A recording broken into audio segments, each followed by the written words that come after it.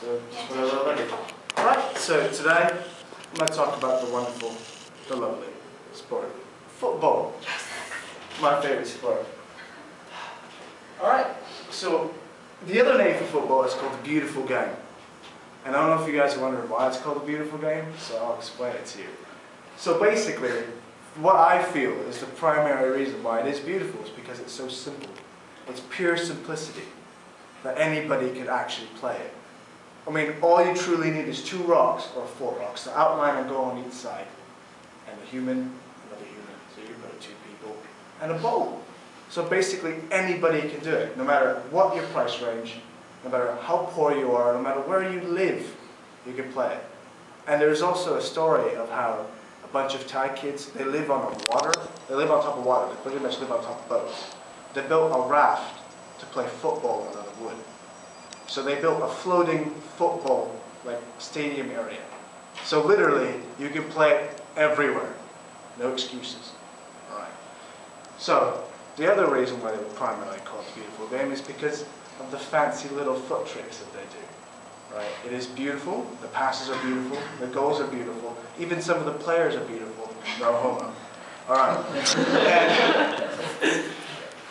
And also, primarily, one of my favorite things to do during the World Cup is when they span the stadiums on both sides. My friends and I like to count all the pretty women on each of the country's sides, and the country with the most amount of women would win that game. So it's a mini game before the game actually starts. So it's a beautiful game. Alright. So the other reason why it's completely and utterly beautiful is because over 250 million people play it worldwide. 250 million with an M. Right? With over 200 countries playing it. That's almost every single country. It's bloody insane. Alright. There are 3 primarily types of football you play. There's 3. So mainly the first one and the most common one that you'll see all around the world is pickup games, which is basically street football. So you just come dressed in shorts and a t-shirt and you go up to a random bunches of people playing on the street and say, hey, can I join? You probably see that everywhere, and that's where most of the professionals really got good. So all the Brazilians and all the African players and all the South American players, those are how they truly got brilliant, because they were forced to play in the hardest conditions without all those fancy shoes, mainly barefooted, right? So they learned how to play in the worst conditions, so when they actually finally got really professional, they got to play with all their advantages of playing in a really pristine area. So most of the times you'll ever play football is, in pickup games, because most countries don't really have, an organized high school, type of thing where you can just join and play other teams. Most countries don't have that, and most countries don't really have little leagues either.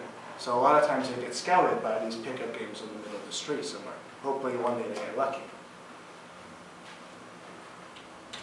The other primary type of football is club football. So it's when, big clubs from European countries, South American countries, North American countries, or Africa. So basically every continent has their own football league, and every country has their own other leagues too. So every country has a division where bunches of teams play for points in a round-robin tournament. So if you get a win, you get 3 points, a draw you get 2 points, and a loss you get, a draw you get 1 point, and a loss you get 0 points, which is 0 in American. But yeah, so the top 5 main clubs are actually European leagues. So everybody aims to hit either Spain, England, Italy, Germany, or France, because they pay the most amount of money, and that's where you see the most amount of players. Out of all those leagues, it all reaches to $1.1 billion of revenue. That's how much money they make, and that's how much money they're able to buy and sell players for. It's insane how much money they make because of the amount of audience watching football matches, the amount of people that watch it worldwide. Yeah, so most of the football that you'll see is club football because that happens all year, most of the year, every year. So yeah.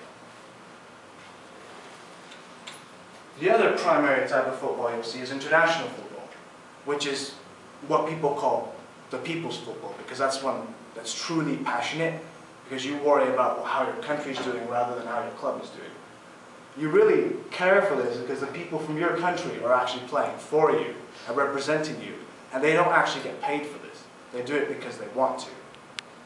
Now, if you ask any footballer in the world, anybody, even if they play on the street, what is their one primary goal?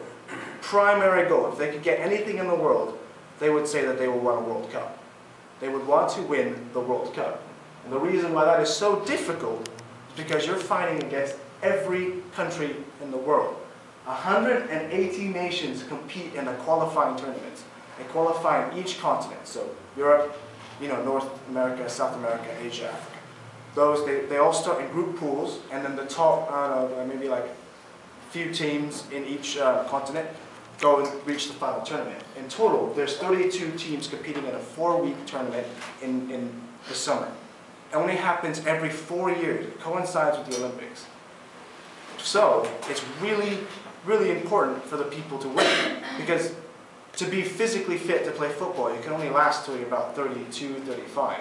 So these players are limited to how many tournaments they can attend before they get too old to do it, before they get replaced by younger people. So it is important that they try to do their best, because they do have a time limit. And their goal is to win the World Cup, because everybody would love to do so. Right now, there are only very few countries that have won it. I think it's only 6. So England, France, Germany, Italy, Brazil, Argentina, Uruguay. So yeah, there's only 6 or 7 countries that have ever actually won the World Cup out of the 180 that compete every year. So every 4 years.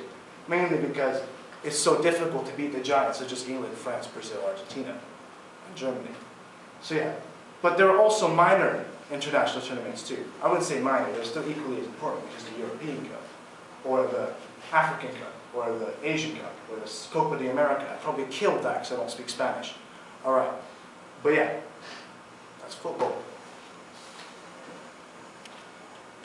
I got a little video, hopefully the teacher doesn't mind us showing it. It just shows how some people actually feel about this sport. And it is actually a video game ad, I do realize this, but it still works and talks about it. Yeah. If I can't play a match, I'll tell someone how to play a match. If I can't tell someone how to play a match, I'll be at a match. If I can't be at a match, I'll watch a match. If I can't watch a match, I'll read about a match. If I can't read about a match, I'll argue about a match. If I can't argue about a match, I'll worry about a match. If I can't worry about a match, I'll dream about a match. And if I can't even dream about playing a match, then it's game over, because that means I'm done.